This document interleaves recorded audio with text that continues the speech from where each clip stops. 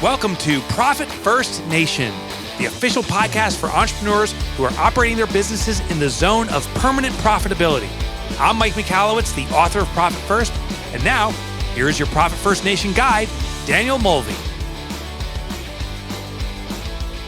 Welcome back to Profit First Nation, my entrepreneurial friends. Today we are going to walk through the 8 steps on how to productize your service and turn it into a new revenue stream. So if you have a service-based business, we're going to take something in your business and make a product out of it.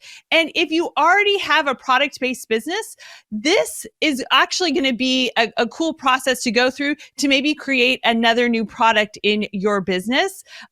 So I'm excited to dive into this. I do want to say that a lot of my examples are like my real life examples. I'm a fellow entrepreneur. I have multiple businesses that do over $50 million a year in real revenue. So, when I'm walking you through these things, these are the things that I have done in my businesses to make the magic happen and be a super profitable business while also continuing to grow those businesses and scale them with, of course, 5-star employees. And then we bring in other examples from, people on the podcast. So our last episode was with Renee Moore, and actually Renee went through this process with us and productized her business. So I'll be throwing in some examples there. Remember, Renee from the last episode is the owner of Canine Craze. It was a service-based business, still a service-based business in Iowa, where she provided dog training services. And she productized her business by converting her dog training in-person service-based business into a product, Dog Perfect, and Puppy Perfect, which you can buy online as a product to teach you from home how to make your naughty dog perfect. So kind of cool how we are now taking this to the next level with this episode. So let's dive in. First thing I'm going to do is just kind of give you the 8 steps here, and then we'll dive into each step. So step number 1 is to niche down. Step number 2 is to find your TVR. Now, I really, me, don't like acronyms so much, but TVR is kind of a mouthful, but it's important to say it this way.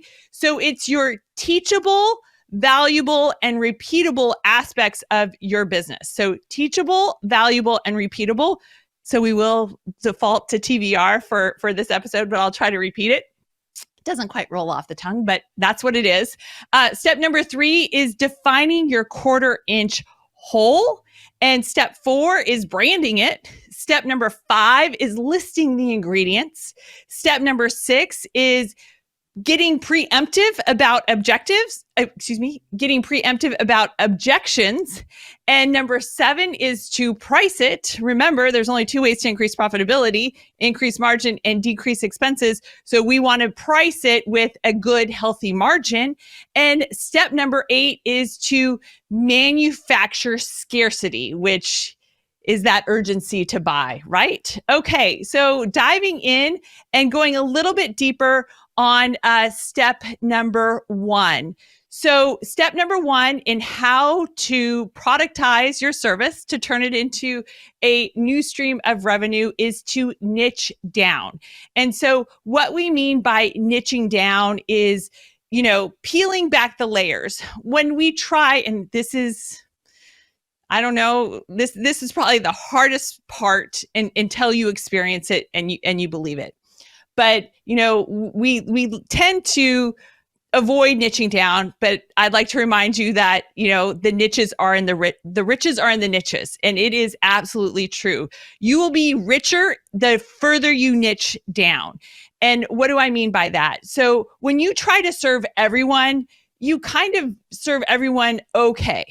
But when you really niche down, and I'm talking about niching down to super almost microscopic levels, then you really become the subject matter expert because no one around you is doing what you're doing to serve this really small audience. And let's be honest. I mean, to have a profitable business, and such. I mean, and at a healthy price point, you don't need 100,000 customers. Let's start with thinking about, like, how can I serve 50 people? How could I serve 100 people? How could I serve 1,000 people? How could I serve 5,000 people, 10,000 people? Again, we're not talking about McDonald's and serving billions of people here. So really, to niche down, there's some things that you can think about, and so that you are really focused on the audience that you serve, and creating a product that is specific to talking to the biggest problem that your specific audience faces. So when you talk about niching down, there are 5 areas that you should evaluate and kind of like nail down who you're going to serve. So the first thing is to determine the demographics of the group that you want to serve. So just, age, gender, income. And remember, we can't serve everyone. So why don't we serve the people that have the deepest pockets, the people who are willing to pay a premium? All right. So I'd like all of you guys to be serving people in the higher income or the more disposable income range. Then, if you're serving businesses, what are the firmographics? What's the company size? What's the industry? So, for our construction material business, for example, we only serve large subcontractors and large general contractors, and we don't serve anyone else. All right. It just makes sense to do it this way. And then we also don't serve everything in the construction industry. We have picked, specific trades that we serve in the construction industry. We serve specifically 8 trades, and we could serve 20, 25 trades, but we have narrowed it down and said, we're going to serve only large subcontractors, large general contractors, and the price point of these people is in huge numbers, and we're only going to serve in these 8 construction specialties. All right. You want to consider life stage, or business stage. Where are they? Company life stage as well. So you're targeting not only the business, but you're also targeting the owner of that business, that person who's going to make the buying decision. So it goes both ways if you're serving businesses. Now, obviously, if you're serving individuals, then you can just delete here what we're talking about, targeting the companies and such. And then number 5, you want to look at the psychographics. So, what are their motivations? What are the personality traits? How can you really kind of get at them at the core of what they need and what they want? So step number 1, you want to niche down really, really tight as you can. Renee and I talked about, she kind of wanted to get it started, but she's actually going to be niching down further. And so it's okay, like, to get things going. And so she wanted to get like everything worked out with Dog Perfect. So she served a variety of dogs, but now that she's kind of gotten, how to deliver this product that was formerly a service, she is going to create specialty products for specific breeds of dogs, and that will get that more niche down. And so when people are searching how to train a German Shepherd from home, she's going to come up at the top of the list, because she is not just offering a product to train dogs, but she's offering a product to train German Shepherds from home. Okay. The step number 2 is the find your TVR. So sorry, I always laugh when I am having to grit and bear an acronym, because the world doesn't need another acronym. But this one is, you need to be teachable, valuable, and repeatable. So what I want you to do is, and we've got a graphic for this. So if you are watching on YouTube, great. If not, we'll have a resource available for this episode. Remember, you can get the resources for our episode sent to you with every new episode.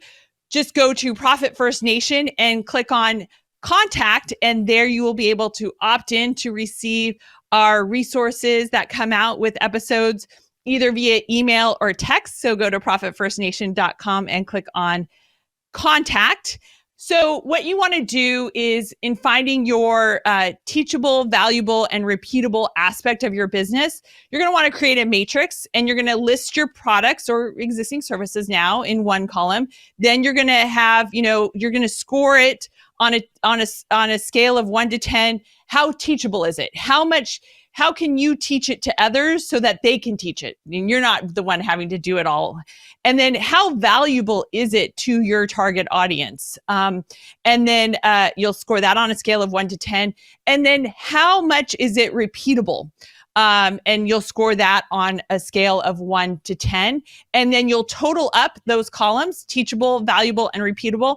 And then the one that scores the highest is the one that you're going to focus on first in terms of taking that service and productizing it. So in this real life example of a photography business, they have weddings, they have baseball teams or sport teams that they shoot, they have corporate events, and then they have school photos.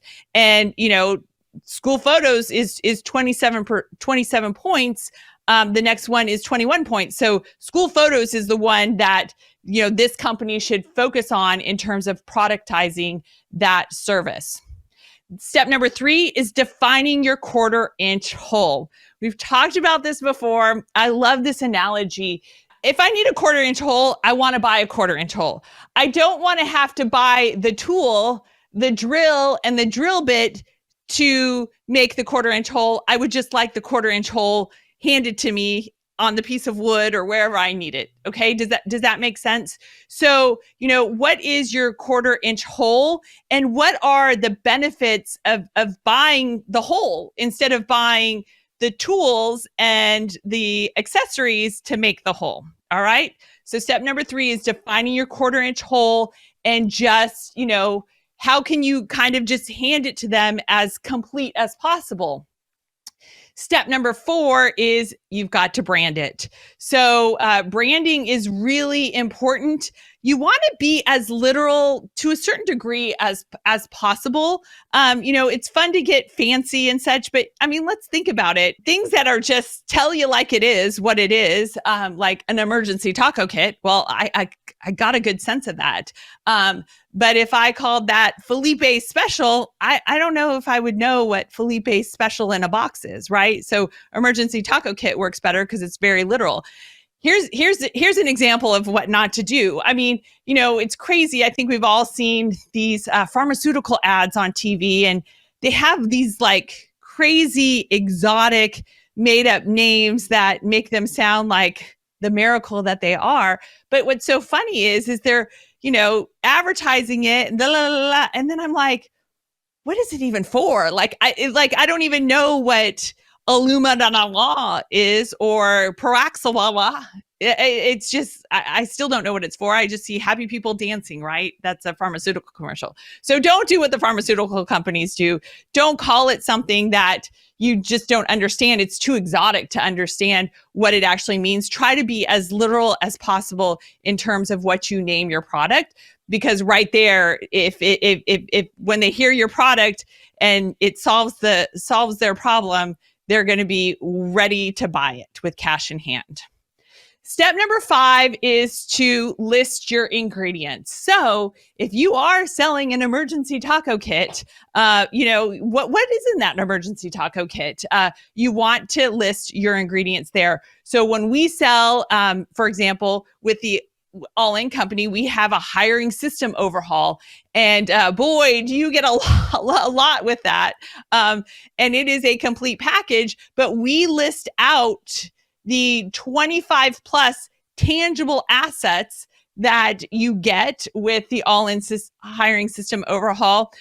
We list, what you get in terms of assessments, skills testing, the platform that it's on, et cetera. So, you want to go into great detail about exactly and literally what your customer is getting with your product. Step number 6. Oh, this is a good one. And this one is very, very helpful. And this really kind of, I'm going to be honest, I was struggling a little bit to sell this hiring system overhaul. And step number 6 is to preempt objections. All right. So let's decide, let's think about, okay, well, what are the objections going to be? And let's just address them on the front end. So, if you go to our sales page, for example, theallincompany.com, right at the top of the page, we're addressing what people's pain is with hiring. I mean, when I've ever talked to an entrepreneur who has not gone through the hiring system overhaul, when they think about, or you ask them about hiring new employees, you always get this, and this pain and this, I don't want to do it. And, I'd like to bury my head in the sand. And, they I think for a lot of business owners, this could be one of the most painful things in their business is when it comes to hiring new employees, partially because they just feel lost about it. They're not sure what they're doing. And, when you don't have confidence about something, you kind of try to avoid it because you're not so optimistic about the results and such. So, we change that right at the beginning and, we say, hey, the hiring system overhaul makes hiring fun, not stressful. We're turning the negativity into a positive. So, you get the hiring system overhaul and it's going to transform you feeling stressed and not having enough time and being overloaded and not being ready to hire new employees to making this fun, making it strategic, making it stress-free and, almost kind of like done for you in a little bit of a semi-automated process. So number 6, preempt objections. This is one of my favorite steps because it is fun. So, what are their objections and how are you going to position yourself as being the solution to their pain points and their problems? Step number 7 is to price it. So, when we come to pricing, everything that you've known about pricing, I'd like you to throw out the window. So, I would hope that you never are pricing your product or services based off of an arbitrary number. So a lot of times I find entrepreneurs that have just picked a number out of the sky and say, $500 sounds like a good price to charge. But the dirty little secret is when you factor in all of the costs that goes into selling a product or service for $500, including the marketing people, you're actually selling something for $500 that may cost you $600 to sell. So you're losing money. And I've seen this several times.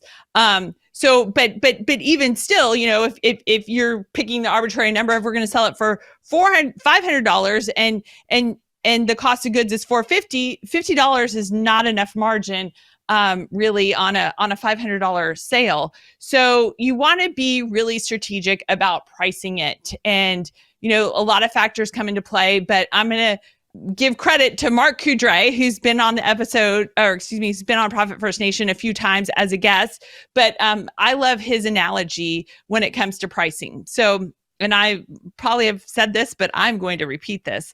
So, when you think about pricing, think about FedEx, right? So FedEx will get a package from point A to point B for you, right? But they don't have just one price.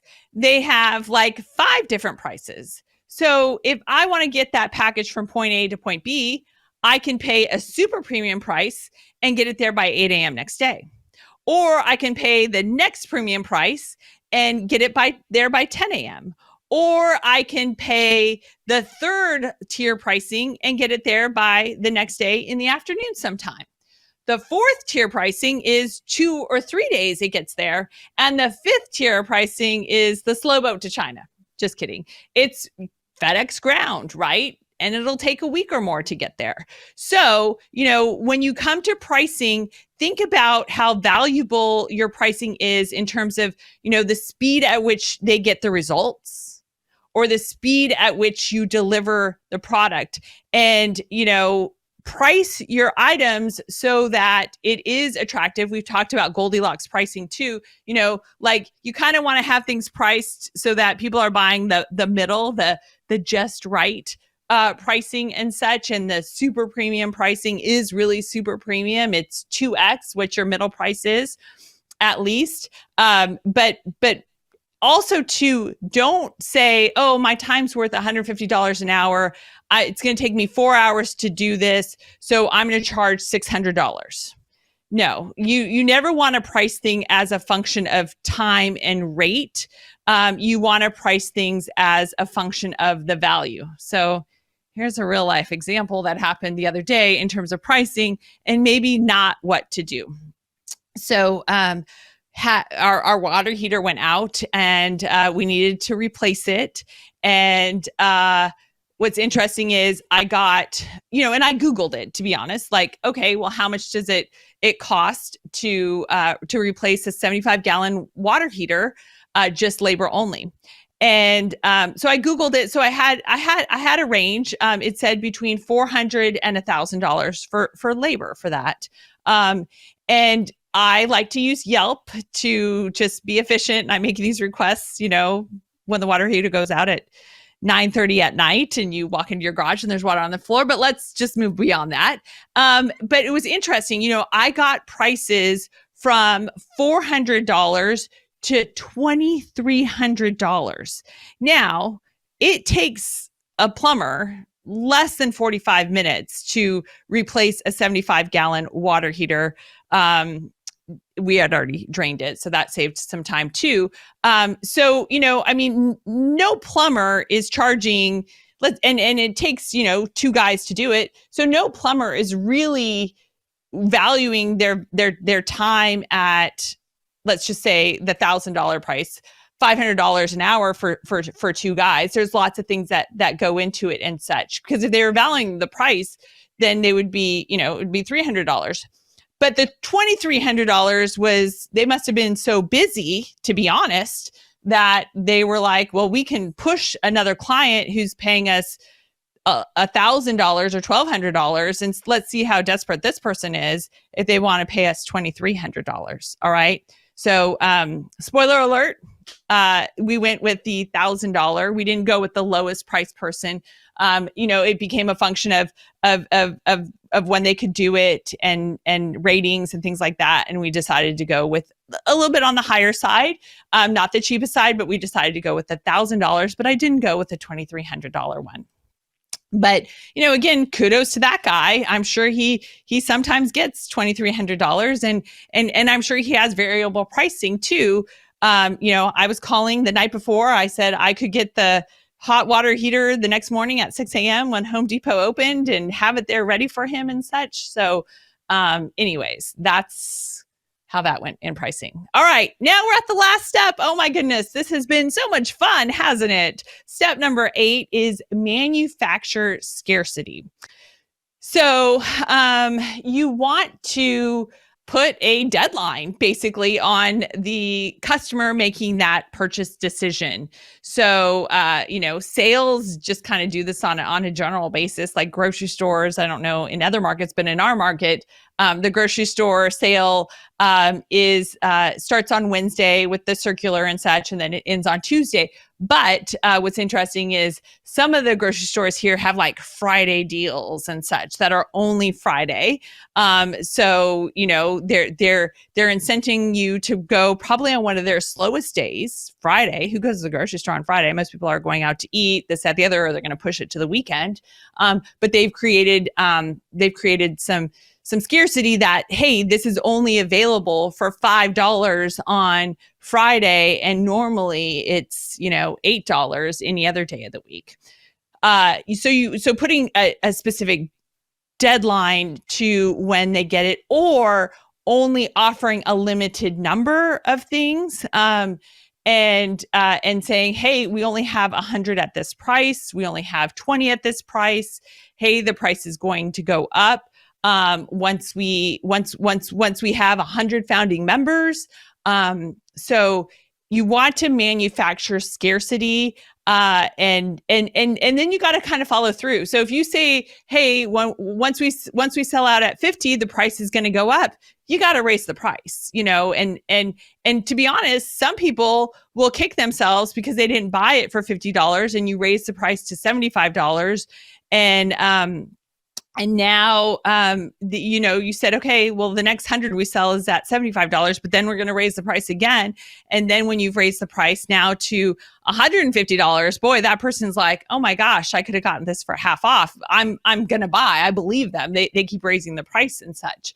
So, Renee, for example, with Dog Perfect, her product that is at-home dog training, that price has risen significantly. The All-In company, our hiring system overhaul, oh my gosh, like the people who were in our first beta really got it for such a deal.